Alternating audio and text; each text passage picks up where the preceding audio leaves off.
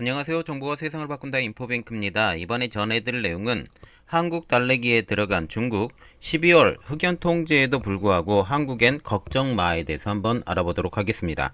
여러분의 구독, 좋아요 그리고 필요하시면 알람 설정까지 부탁드리겠습니다.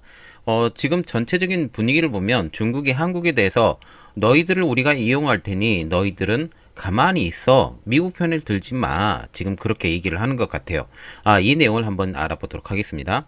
중국이 12월부터 배터리의 응급제 핵심 원료인 흑연 수출을 통제를 하기 시작합니다. 전 세계를 통제로 하기로 하는데 일부 중국과 가까운 나라들은 흑연 통제를 안 하려고 하고 있죠. 여기에 한국이 포함이 된다라는 이야기입니다. 그래서 한국에는 이례적으로 걱정 마라는 메시지를 보내고 있다라는 거죠. 중국에서 지금 회의를 열고 한국 기업들을 초청합니다. 한국 기업들을 초청하고 너희 너무 걱정하지 말고 우리의 그 가이드라인만 잘 지키면 우리 너희들에게 잘 제공해 줄 거야 라고 지금 얘기를 하는 것이죠. 특별히 이번 지금 수출 통제 설명회를 열었는데 한국 기업들만 대상으로 수출 통제 설명회를 연 것입니다. 굉장히 이례적으로 볼 수가 있다라는 거죠. 중국이 특정 교육국을 대상으로 이 같은 행사를 벌인 것은 이번이 처음. 그래서 의의를 찾아볼 수 있다라는 의미입니다. 이 가장 큰 배경으로는 한국을 지렛대로 중국이 사용을 하려고 하고 있고, 중국이 지금 전기차의 수출뿐만 아니라 중국으로 향한 지금 배터리의 수출도 점차적으로 어려워질 것으로 보이고 있습니다. 미국뿐만 아니라 유럽에도 마찬가지죠. 이렇기 때문에 한국의 우호적인 모습을 보이고 한국에서 이러한 음극재, 양극재 이러한 것들을 너희들이 만들어서 너희들이 판매하는데 우리가 도움을 줄게. 그리고 원재료는 우리나라에서 사용을 해 라고 지금 말이 나오고 있는 상황이죠. 즉 삼각무역에 한국이 중심적인 역할을 해주기를 바란다 라고 말을 할 수가 있습니다. 자, 그래서 이번에 알아볼 내용은 한국 달래기에 들어간 중국 12월 흑연 통제에도 불구하고 한국엔 걱정 마입니다. 중국 상무부는 한국 회사에 대해서만 정책 설명을 냈는데 이 내용부터 먼저 알아보도록 하겠습니다. 한국 산업통상자원부는 22일 이렇게 말을 하죠. 중국 상무부가 21일 베이징 포시즌스 호텔에서 한국 기업을 대상으로 정책 설명회를 개최했다. 중국 상무부 관계자는 이 자리에서 이런 말을 하죠. 이중용도 품목 수출 통제에 대한 우려가 큰 것으로는 알고 있지만 중국 법률을 지키기만 하면 아무런 문제가 없다. 우리가 여기서 눈여겨봐야 될 것은 바로 이겁니다. 중국 법률을 지킨다면 이러한 것들이 나오죠. 중국 법률을 지키기만 하면 아무런 문제가 없다라고 지금 언급을 하고 있는 것이죠. 그래서 중국에 대한 우호적인 역할만 너희들이 해준다면 우리는 아무런 문제 없이 물건 공급을 잘 해줄 거야 라고 지금 얘기를 하고 있는 것입니다.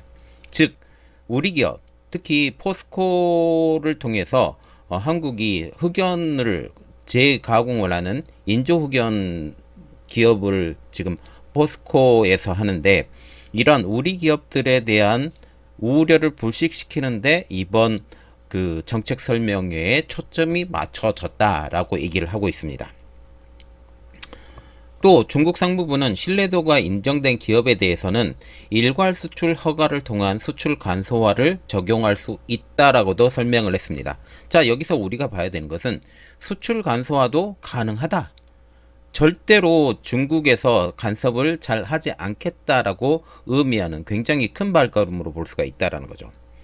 그러면 왜 중국이 이렇게 한국만 다독이냐? 이게 가장 중요하죠. 한국을 지렛대로 미국을 진출하거나 한국을 지렛대로 유럽을 진출하고자 하는 지금 중국 정부의 큰 그림이 있다라고 볼 수가 있는 거죠. 물론 이것을 통해서 우리나라도 많은 이득이 있음은 당연한 이야기입니다. 특히 중국이 핵심 광물을 무기할 수 있다는 신호를 보내는 가운데 우리 기업들을 대상으로만 다독이는 모습을 보인다는 사실이죠.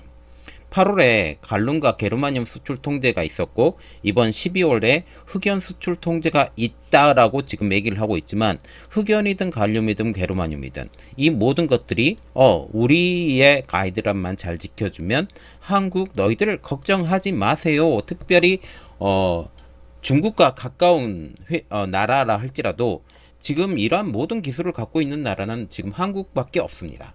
한국밖에 없기 때문에 한국이 되게 중요한 나라라는 사실이죠. 흑연과 같은 경우는 실리콘과 함께 자동차용 배터리 응급제의 핵심 원료로 알려지고 있습니다.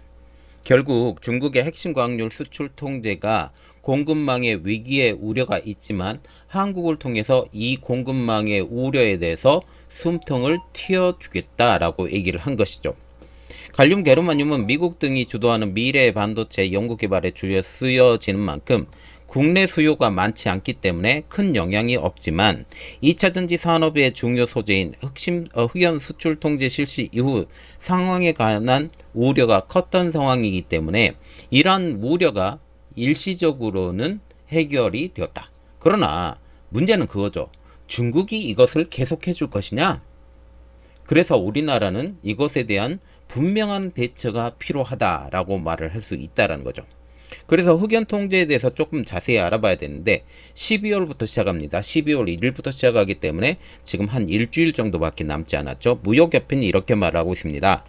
이번 중국의 수출 통제 조치는 미국에 대한 보복성 조치로 해석되는 만큼 향후 미중 관계가 악화될 경우 미국에 공장을 둔 우리 배터리 기업으로서의 수출 허가가 지연 반려될 가능성도 있다라고 언급을 했습니다.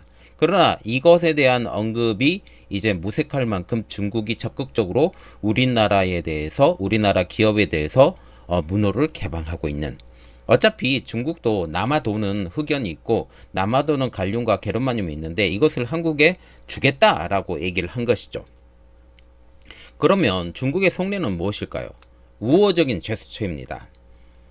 중국이 한국 기업들을 대상으로 공급망 안정 불안 우려를 불식시키려는 취지 정책회를 따로 열었다라는 그 자체가 한국의 우호적인 제스처를 보인 것이고, 또 하나는 한국을 통해서 전 세계로 이끌어 나가는 중간의 징검다리로 이용하겠다라는 중국의 속뜻이 있는 것입니다.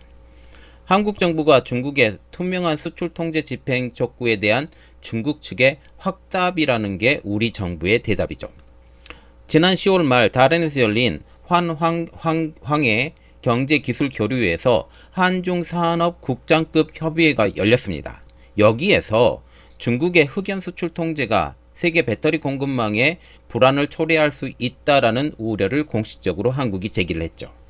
최근 에이펙 정상회담에서 양국 수장이 악수를 하면서 또 바이든 대통령과 악수를 하면서 어느 정도 해결이 되었다라고 얘기를 하고 있지만 지금 바이든 대통령과 지금 시진핑 국가주석이 만난 것에 대해서는 다른 분석이 지금 나오고 있어서 이 분석이 무엇인지는 제가 따로 여러분들에게 알려드리도록 하겠습니다. 어쨌든 다시 볼 내용으로 돌아와서 한국을 중심으로 한 중국이 징검다리로 한국을 이용하겠다라는 그러한 내용이죠. 또한 한국에 대한 구애로 볼 수 있습니다. 미중 갈등으로 인한 상황에서 한국이 미국 편 들지 말고 우리 편 들어줘, 아니면 중립이라도 지켜줘 라고 말을 하는 입장이라는 거죠. 미국의 전기차 배터리가 들어가지 못하는 상황에서 한국을 이용한 주도권 싸움에서 이겨보겠다라는 그런 생각도 갖고 있는 듯 합니다. 또한 한국과 같은 경우는 이번에 어쩔 수 없이 중국과 같은 입장에서도 배터리 응급제로 사용하고 있는 흑연에 대해서 허용을 했고, 아니면 갈륨 게르마늄에 대해서 일부 허용을 한다 할지라도 장기적인 문제는 계속 남게 되죠. 그러면서 한국도 응급제 자립에 속도를 내야 된다, 공급망에서 안정성을 취해야 된다라는 그런 이야기가 나오고 있고, 실질적으로 포스코를 통해서 움직이고 있습니다. 포스코 퓨처엠입니다. 세계 2위 흑연 매장량을 갖춘 탄자니아 마헨지 흑연 광산을 보유한 파루그라파이트와 장기 공급 계약을 맺습니다. 25년간 75만 톤 규모의 천연 흑연을 공급을 받기로 확정을 한 상황이죠. 그리고 탄자니아 천연 흑연을 이용한 응급제 생산 계획, 특히 지금 인공 흑연을 인조 흑연을 이용한 응급제 생산을 계획을 하고 있습니다. 또 실리콘 응급제와 리튬 메탈 응급제 등 차세대 소재 분야 기술도 박차를 가하고 있는 상황이죠. 포스코 퓨처엠은 2030년까지 연산 37만 톤의 응급제 생산 능력을 확보할 예정입니다. 당초 계획인 연산 35만 톤 규모에서 지금 목표를 한 2만 톤 정도 상향 조정한 것으로 볼 수가 있습니다. 자, 지금 보시면 이렇게 보시면 돼요. 미중과의 갈등 속에서 한국을 이용하고 싶어하는 미국과 중국의 속내, 또 한국이 전체적인 그림을 보면 응급제도 마찬가지고 양극재 공장도 중국과 한꺼번에 한국에 짓고 있는데 여기를 공급해 주지 않으면 문제가 생기는 거죠. 그래서 이것은 적극적으로 이용을 하겠고, 그것을 하기 위해서 중국은 이번에 한국 기업들을 통해서 문호를 좀 개방했다 라고 보시면 감사하겠습니다. 자, 이번 내용은 여기까지 하겠습니다. 저희 내용이 여러분들에게 도움이 됐다고 생각을 하시면 구독, 좋아요, 그리고 필요하시면 알람 설정까지 부탁드리겠습니다. 감사합니다.